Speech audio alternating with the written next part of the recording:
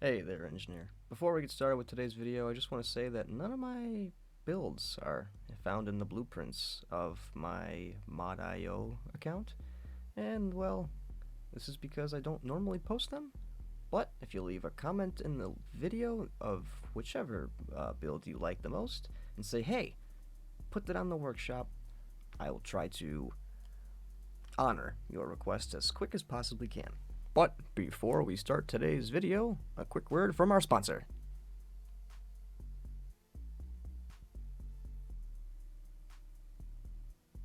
Are you tired of sitting in a tree waiting for the perfect opportunity to insult your enemies?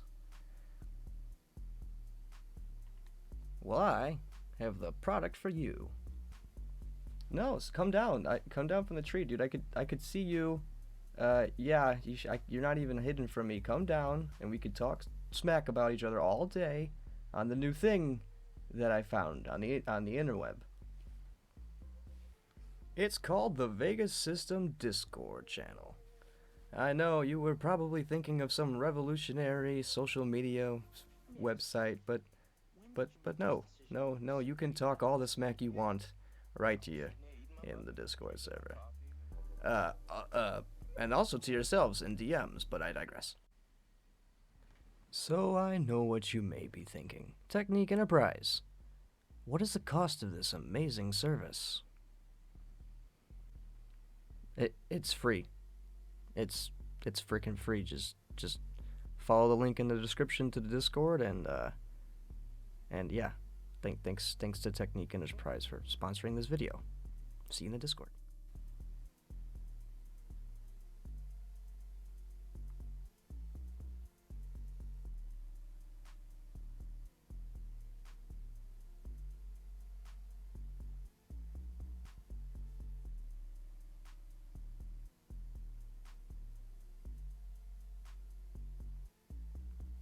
What's up, Space Engineers?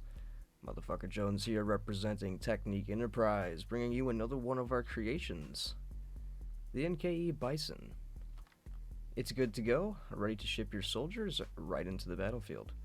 Jumping right into this creation, we have a very simplistic design based on a very compact frame. We have our wheels tucked in there on a single line of blast door blocks in the middle there to make sure that our wheels are not sticking out too far. Still giving us a very good wheel spacing that allows the Bison to, traverse the terrain without having to tip over very much.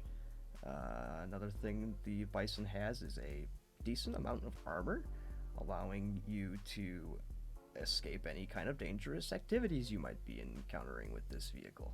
Now, here at Technique Enterprise, we don't ask questions on what you're doing with your newly acquired Bison. All we care about is how you love it.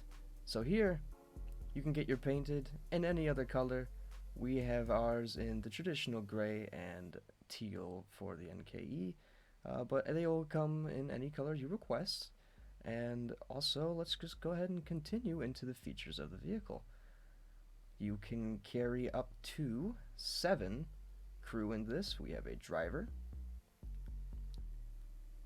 a passenger, which is also maybe the commander of the vehicle's, armaments or ordnance. He may be in charge here. We also have a third in charge seat here for maybe possibly your squad leader position. And then we have 4 seats in the back. Oh, getting my camera all screwed up. 4 seats in the back for your crew. We'll call it crew. Yeah, your squad, your crew, your homies, you know what it is.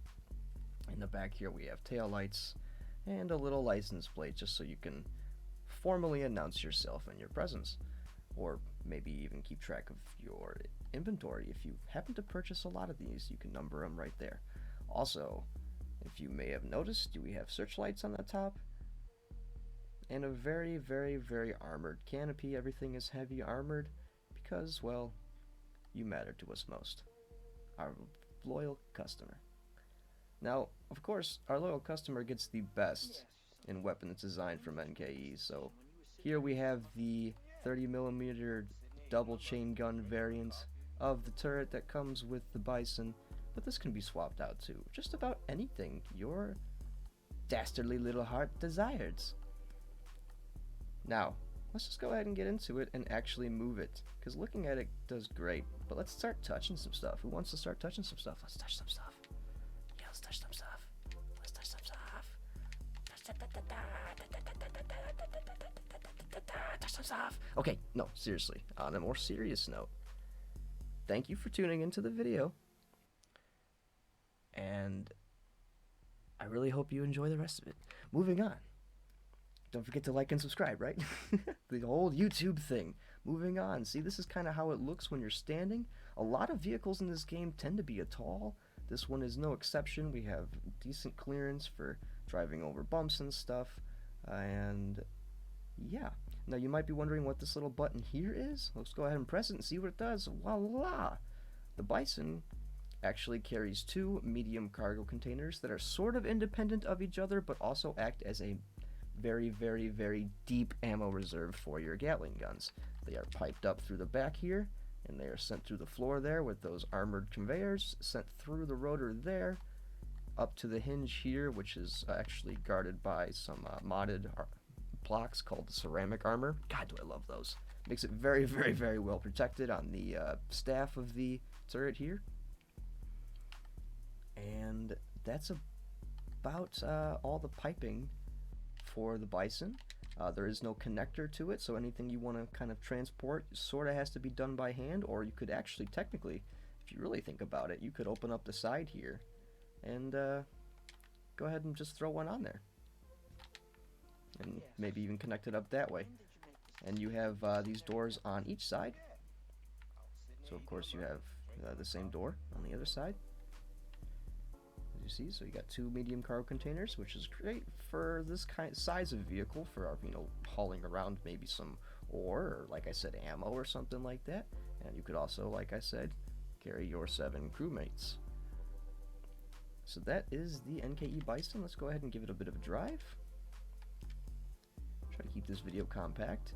And now I know I said I wouldn't do any rover rolly videos until we hit 50 likes on the NKE flying things, but maybe I was a little ambitious. But that's never a bad thing, right? That just means that we'll grow into the boots 1 year. And I've got all the time in the world. Well, until I die. Anyway, here we are. We're going to be bouncing around. We're going to have to give the gyros a little bit of a flicky switch. There we go. Flick the stick there and go up, down. You can hear that. And you can see the suspension moving. The suspension has been set to allow a little bit of travel like that. Also, this is a front steering car only. The rear has been kind of locked into not steer, as you can see.